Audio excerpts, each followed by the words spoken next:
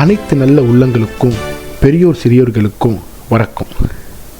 இது உங்கள் நீங்கள் நம்பும் அனைத்தும் everything you believe YouTube channel.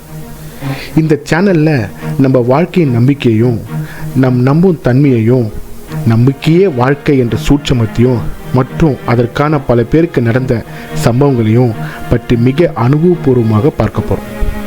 நீங்கள் முதல் முறையாக இந்த சேனலுக்கு வந்தால் சப்ஸ்கிரைப் செய்து கொள்ளுங்கள். உங்கள் உத்தரவோடு என் காணொளியை சமர்ப்பிக்கிறேன். வாங்க, இன்றைக்கு நம்ம பார்க்க போகும் டாபிக் பேரு தண்ணீருக்கு நன்றி.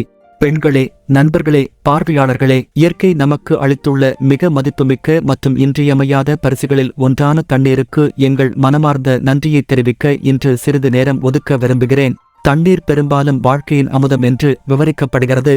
அது சரி. இந்த கிரகத்தில் உள்ள அனைத்து உயிரினங்களுக்கும் இது வாழ்வாதாரம் மற்றும் உயிர்ச்சக்தியின் ஆதாரமாகும். ஒவ்வொரு முறையும் நாம் ஒரு குழாயை இயக்கும் போது அது நம் வாழ்வில் கொண்டு வரும் நம்ப முடியாத வசதியை நினைவுபடுத்துகிறோம்.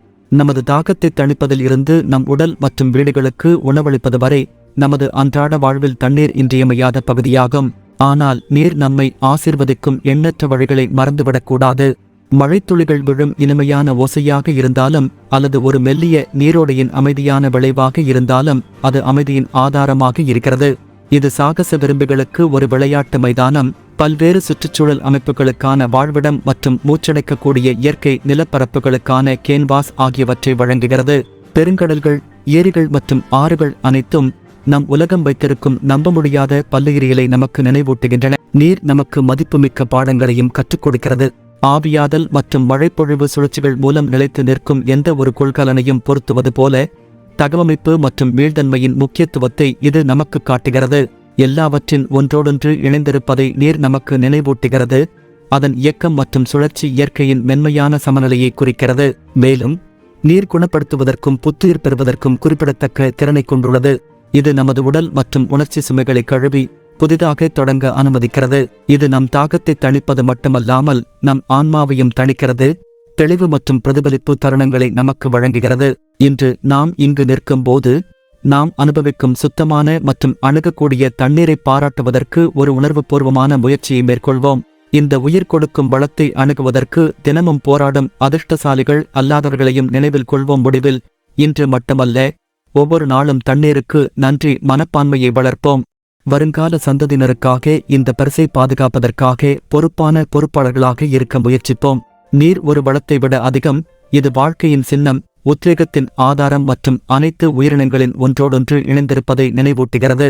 நீர், உங்களின் எண்ணற்ற நன்மைகளுக்கு நன்றி. மேலும் இந்த விலைமதிப்பற்ற பரிசுக்காக எங்கள் நன்றியை தெரிவிக்க என்னுடன் இணைந்ததற்காக அனைவருக்கும் நன்றி. நன்றி. இந்த விலைமதிப்பற்ற வளத்தை தொடர்ந்து போற்றி பாதுகாப்போம். ஒரு சிறிய கதை.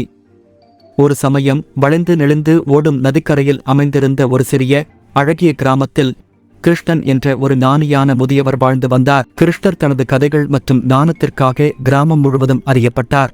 அவர் தனது சக கிராம மக்களுக்கு வழிகாட்டுதலையும் நுண்ணறிவையும் வழங்குவதற்காக அடிக்கடி தேடப்பட்டார். ஒரு சூடான கோடை மாலையில் கிராமவாசிகள் வெடிக்கும் நெருப்பைச் சுற்றி திரண்டபோது வாழ்க்கையின் எளிய ஆசீர்வாதங்களுக்கு நன்றியுணர்வின் முக்கியத்துவத்தை அவர்களுக்கு நினைவூட்டும் ஒரு கதையை பகிர்ந்து கொள்ளுமாறு அவர்கள் கிருஷ்ணரிடம் கேட்டுக்கொண்டனர். கிருஷ்ணன் சிரித்துக்கொண்டே ஆரம்பித்தான். நீண்ட காலத்திற்கு முன்பு எங்கள் சொந்த நிலத்திலிருந்து மிகவும் வித்தியாசமாக இல்லாத ஒரு நிலத்தில் எங்களைப் போன்ற ஒரு நதி இருந்தது.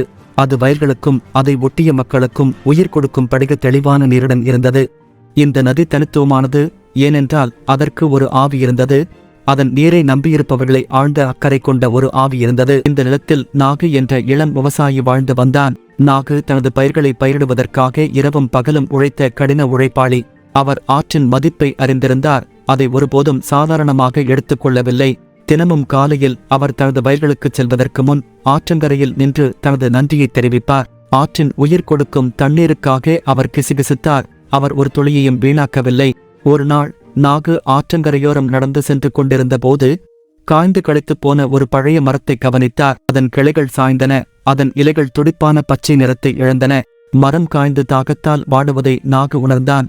தயங்காமல் ஆற்றில் தண்ணீர் எடுத்து வந்து மரத்தை வளர்த்து வந்தார். அவர் ஒவ்வொரு நாளும் இதைச் செய்தார். மெதுவாக ஆனால் நிச்சயமாக மரம் மீண்டும் செழிக்கத் தொடங்கியது.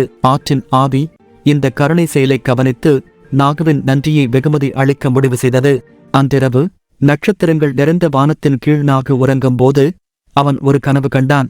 அவரது கனவில் நதியின் ஆவி அவருக்குத் தோன்றி, நாகு, உங்கள் நன்றியுணர்வு என் இதயத்தைத் தொட்டது. நான் உனக்கு ஒரு பரிசு வழங்க வந்துள்ளேன். நாகு பணிந்து, அன்பே ஆவியே, நான் என்ன வரம் கேட்க முடியும்? நதி ஆவி சிரித்துக்கொண்டே, நீர் அருளியதற்கு நன்றியை பரப்பும் திறனை நான் உங்களுக்கு வழங்குவேன். இந்த விலைமதிப்பற்ற வளத்தை போற்றவும் பாதுகாக்கவும் நீங்கள் மற்றவர்களை ஊக்குவிப்பீர்கள். அன்று முதல் நாகு நீர் சேமிப்புக்காக அயராது வாதிட்டார். அவரது பேரார்வமும் நன்றியும் தொத்திக் கொண்டது. விரைவில் முழு கிராமமும் அவரது முன்மாதிரியை பின்பற்றியது. அவர்கள் நதியை பாராட்டத் தொடங்கினர். அது வழங்கிய வாழ்வாதாரத்திற்காக மட்டுமல்ல, அது அவர்களின் உலகத்திற்கு கொண்டு வந்த வாழ்க்கை மற்றும் அழகுக்காக. எனவே என் அன்பான நண்பர்களே, நாகுவின் ஞானத்தையும் ஞானமான பழைய நதியின் பாடத்தையும் நினைவில் கொள்வோம். இந்த உயிரைக் கொடுக்கும் வளத்தை போற்றுவோம், அதை பொறுப்புடன் பயன்படுத்துவோம், மேலும் தலைமுறையாக அது ஏராளமாக பாய்வதை உறுதி செய்வோம். அதனுடன் நாகு தனது கதையை முடித்தார். கிராம மக்கள் நெருப்பின் அருகே அமர்ந்தனர். தண்ணீர் பரிசுக்கு நன்றியுடன் இதயம் நிறைந்தது. நாகுவைப் போலவே அவர்களும் தங்கள் வாழ்க்கையில் இந்த விலைமதிப்பற்ற ஆசீர்வாதத்தை பாராட்டுவதன் மூலமும் பாதுகாப்பதன் மூலமும் மாற்றத்தை ஏற்படுத்த முடியும் என்பதை அவர்கள் அறிந்திருந்தனர். நாகுவின் நன்றியினாலும் நதியின் ஞானத்தினாலும் நாம் அனைவரும் ஈர்க்கப்படுவோம். மேலும் தண்ணீரின் அற்புதமான பரிசிற்கு எங்கள் நன்றியை தெரிவிக்க மறக்காதீர்கள். நன்றி. எங்கள் நன்றியுணர்வு நதியைப் போல சுதந்திரமாக ஓடட்டும்.